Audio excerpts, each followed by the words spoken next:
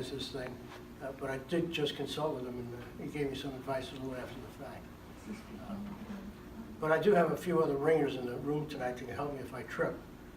Bill Mann is our present Commodore. Gene Cohen is our rear Commodore. That's the guy who worries about the physical plant, which is very substantial. And Howie Reinhardt, our newest life member, who's another 40-year veteran.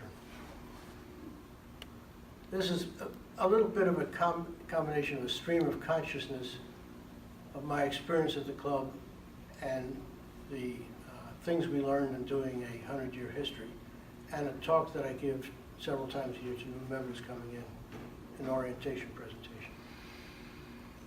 In 1909, when the club was founded, it's hard to realize, but we were only 44 years away from the Civil War. But we're only 41 years away from Vietnam. So put it in perspective. It was an interesting era in the early part of the last century. Nyack was obviously very prosperous. You look around at all the fine Victorian homes.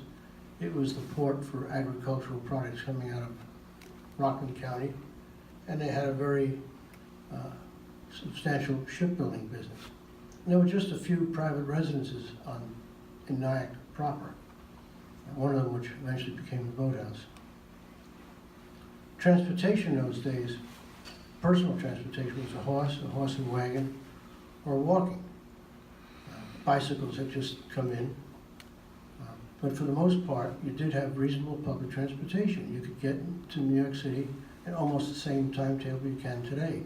Ferry across the river, and the train from Tarrytown, or the West Shore Railroad, and a ferry from Jersey City or Hoboken or Weehawken. Pleasure boating in those days was pretty much the sport of wealthy people. They would build some glorious yachts, the Americas among many, and they require substantial crews. And as you might expect, very often the crew enjoyed the trip as much as the owner. And these guys would eventually say, let's try to have our own association, our own boats. And that occurred all over the eastern United States and in Europe. Now, getting into some of the graphics here, that's a very nice painting about 20 years ago. Beverly Baruch, I guess it is. She may be a member of this group. I used to see her fairly often.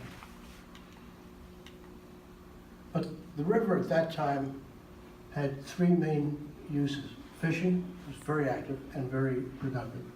Transportation, recreational boating is what I'm talking about, and it was just being introduced. And today, of course, the new bridge. And I find that personally very exciting. I put a plug in for whenever I can. But some of the transportation was very classy. This is the Mary Powell. Her home port was Kingston. And she took people from Kingston to New York almost every day and carried freight. Our own ferry was the Christina. And I guess Winston got this photograph from the library. This is a case where history is written by the survivor. Many clubs have come and gone, but Nyack has survived. But we're not alone. We're not the oldest club, and we're one of probably 25 that have survived on the river. But over the period of this that we're looking at, there's probably well over 100. One of the resources we had was the fact that the early people at the club kept meticulous records. And we found on this piece of accounting paper a beautiful essay entitled Lest We Forget, and it went into some of the cute details of how the club was founded. History breaks into 4 parts, which I'll touch on. Common characteristics of the clubs that survive are do-it-yourself clubs. The ones that just wrote checks are pretty much gone. They're all gone from the Hudson. And even on Long Island, they've diminished. They own their own real property, which means they don't have to have a battle with the town fathers over this and that. At Cold Spring and a few other places on the river, we've seen some unfortunate incidents just in the last few years. They're evolving toward family memberships. It's a slow process, and I'll go through our own experiences with that. And they have a construction relationship with their communities. Specific to the club, our club, the property and the house have grown. The fleets have changed dramatically. Governance, which is how we operate, treat people, has changed. But the initial premise of the do-it-yourself club has remained constant. This is where I'm jumping around a little bit. The real property. This is not the Nyack Boat Club. You may remember this is right down the street here. This was the rowing club. And that's a picture of the rowing club on its inaugural day, I guess. This is a fabulous photograph taken in 1890. This is when Peterson's acquired it. This is how I remember it in that general shape. But the Nyack Club was this, much more modest. We rented those pilings. They were called stiles in the contract. So all we were doing was renting a bunch of sticks coming out of the mud and built the clubhouse on that. But that place ended badly in 1916. And here's a key part. Within a month, we were there.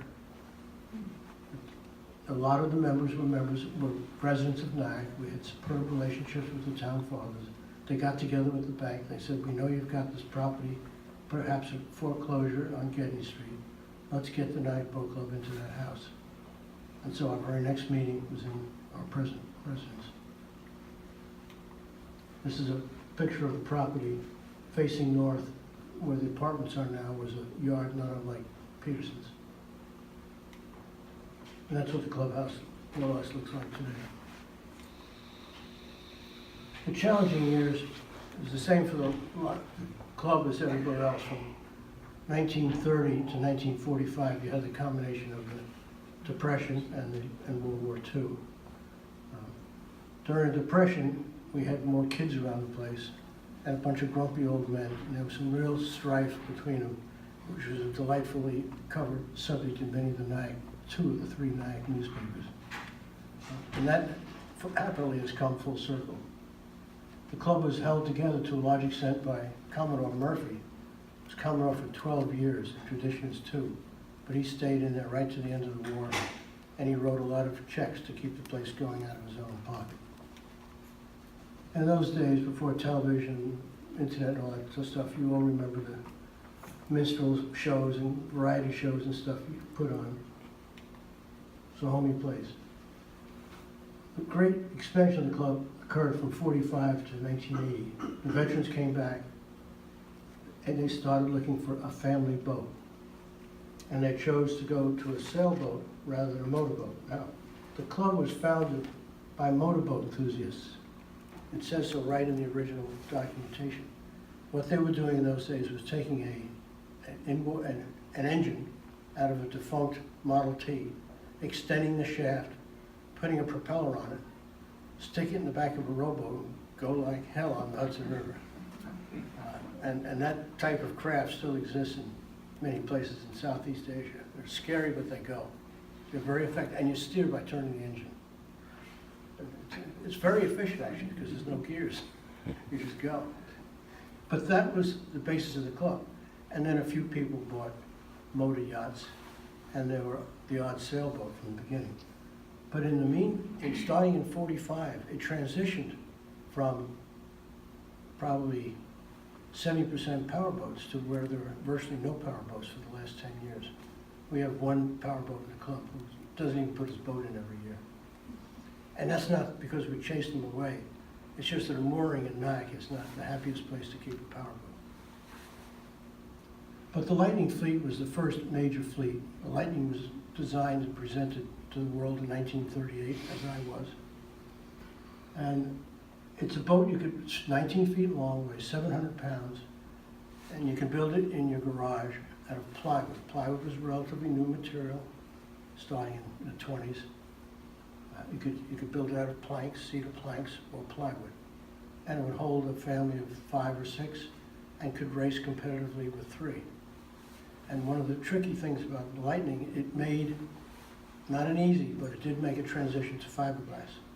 Nobody wants to do the wooden boat today. But both Howie and I went through the transition from wood to glass, and the Lightning is still a very popular boat today. The junior sailing program was started in 1969. So we went from some controversy of whether we should have kids around the club to an active program for the kids. It's a very important part of the club, and it's open to anybody. It's not just for club members by a long shot. In fact, there's a scholarship given almost every year to a deserving kid from the Nyack school system. And the clubhouse and property were expanded. And finally, in 1973, the ladies were officially welcomed as members. Also in that period, a new dock. The old dock was kind of homemade and had tough times in winter. An expansion of the clubhouse, a new kitchen, a boardroom, a snack bar.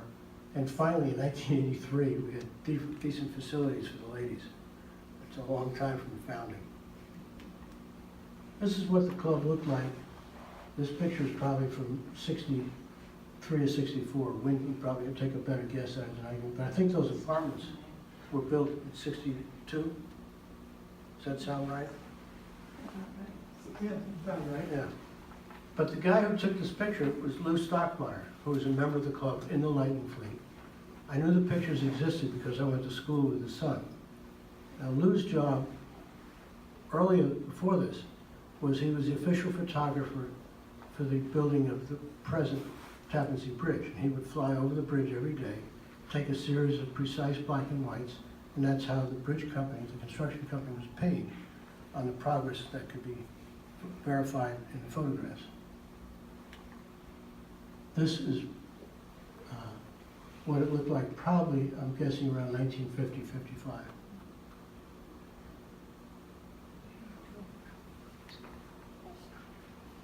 Now, with the property in mind, is a strange story within the history of the club itself. And that's what's called the Gedney Street Corporation. In 1956, an election, presidential election year, a guy named Don, who was a real estate operator, shows up and joins the Nyack Boat Club. 3 years later, he's the Commodore. Now that's usually a 9 to 15 year presence before you're there, but he's the Commodore in 3 years. The next year, the adjacent property owned by the Bliss family becomes available. So there's a big discussion at the club. Must have gone on for days. Buy it, we need, they're not making any more land, all the expressions you usually hear. But they had their heart set on expanding the clubhouse itself, which really they needed more room. And they made the decision to expand the clubhouse rather than buy the property. So what does Lee Don do? He gets together with his friend Bill Muckley, and they buy the property themselves as a business enterprise. And the club goes ahead with its plans to expand its main meeting room. It takes out a mortgage and goes from there. Lee Don becomes a Commodore, and he can't, as Commodore, convince him to buy the house next door. So as soon as he's done being Commodore, he forms the Gedney Street Corporation, which takes over the deed for the Bliss property. And he authorizes 200 shares in the Gedney Street Corporation and sells a total of 127 shares to people in the club and elsewhere. And 5 were purchased by the club, probably over some people's objections. But that gave the club some insight into what was going on in the Gedney Street Corporation. 10 years after the Bliss Corporation, Bliss property went on the market. That's the certificate. But 10 years later, the adjacent the very next year, I'm getting away from myself here. They announced that they're going to build the apartments. That was a wake-up call. Suddenly, they want to buy the property. And they think, well, we're just going to take over the Gedney Street Corporation, we'll take it from there. Well, not so easy. There were 2 lawyers involved. One represented the Gedney Street Corporation, and one represented the club. And going through the minutes, it gets very fascinating. They decided the best way to do it, and it was well orchestrated, was the club to actually buy the property with the proviso that the Gedney Street Corporation go away. So you read the minutes of the first meeting, the club agrees to buy the property in a formal petition, it's voted on, the Getty Street Corporation is dissolved, they close the meeting, go to the bar, come back from the bar, same cast of characters, open a meeting with the Nyack Boat Club, and then try to figure out how they're gonna pay for this thing, which takes another few months. And the deed finally transferred later in 1968. Within months, the next property goes on the market. A young widow named Mrs. Clark passes away. Her sister lived in Spring Valley. She wanted to dispose of the house, so she approached the Nyack Boat Club. They made a decision like that, buy it. They just added to their mortgage. They had learned their lesson. So within the space of 12 months, the club's real property increased by 42%. Without that individual and that series of events, I'm not quite sure we could have survived. Let's talk about something more interesting, the fleets, the boats. Now, in the 30s and through the 50s, it was about 50-50, and those are the old classic wooden so-called cabin cruisers, Chris Craft and Owens, manufacturers like that. And relatively new sailboats on the scene. I think that's a Thistle there. And these, let's see if I can get this to work, whoops. These are the old original sailboats, clunky, heavy wood things, but they work. But this is what the club looked like in 1962. That's within most of our memory. This is the Lightning Fleet that was introduced in 1945. It's a pretty boat, and every year we host regattas at the club, and this is what a starting line looks like at a Lightning regatta. The cruising fleet, now it's all fiberglass, started to grow in the 60s, but really took off in the 80s when we put in sufficient launch service to service them. And it's the largest fleet in the club. Those are all the boats you see on the moorings. And they race every Wednesday night and most of the time on Sundays. The Ensigns, the boat was designed and built first in the 1960s. It's a great family boat. It'll hold 6 adults without any trouble. It races efficiently with 3 or 4. The cockpit is so big that according to the cockpit, it should be a 42-foot boat. And we've had up to 13 at the club. I don't know how many we have now, but it's still a great fleet to be part of. And the sonars, which is kind of an ensign on steroids, is a lighter boat, deeper keel, and sails. It's a pretty snappy sail. Same idea, same length. And then there are single-person boats. These are lasers. This is a very active and growing fleet. So a person who can't get crew together or just wants to sail alone but be part of a larger association, like the laser fleet is a perfect place to go. We probably have 30 of these at the club right now. This is the Sunfish. The Sunfish was introduced by Olcott in the early 60s, maybe 1960. And at one point we had over 50 of these things. Very popular. They're gone now. Let's talk about governance for a minute. It was pretty much an all-boys club until 1973. Women were invited. We had great parties. It was stressful taking turns at the men's room so they could be accommodated. In some respects, the place was disgusting because people still chewed the tobacco in those days. Spittoons were around the place. We had one guy who would use the heated floor as his spittoon, and you could smell it every time the heat came on. So we had some growing up and sanitizing to do and let the ladies come in, but it worked. In 1992 actually, something big happened. Spouses became automatic members. This is where Nyack, perhaps inadvertently, took a leap over all the other clubs. I'm associated or members of probably a half a dozen clubs, both in here and one in England. And you can't get them to this point. Well, if your wife wants to join, she's welcome, but she has to join in her own right. Go through the whole process, pay initiation fee, blah, blah, blah. Here we say, we accept you, we accept your spouse. and it works either way. So our first we've actually had a non-spouse Commodore, Elaine Hinch. She was both our first woman Commodore and our first non-spouse Commodore. And she was very effective, very welcome. Nobody thought twice about it. And she was succeeded by Pete Molson, whose wife was the official one. But I personally have had no luck selling this concept to other clubs. They don't get it. What it did for us is immediately almost doubled our workforce, because now the spouses would show up for parties and to organize parties and participate, tell us what we're doing wrong and so forth.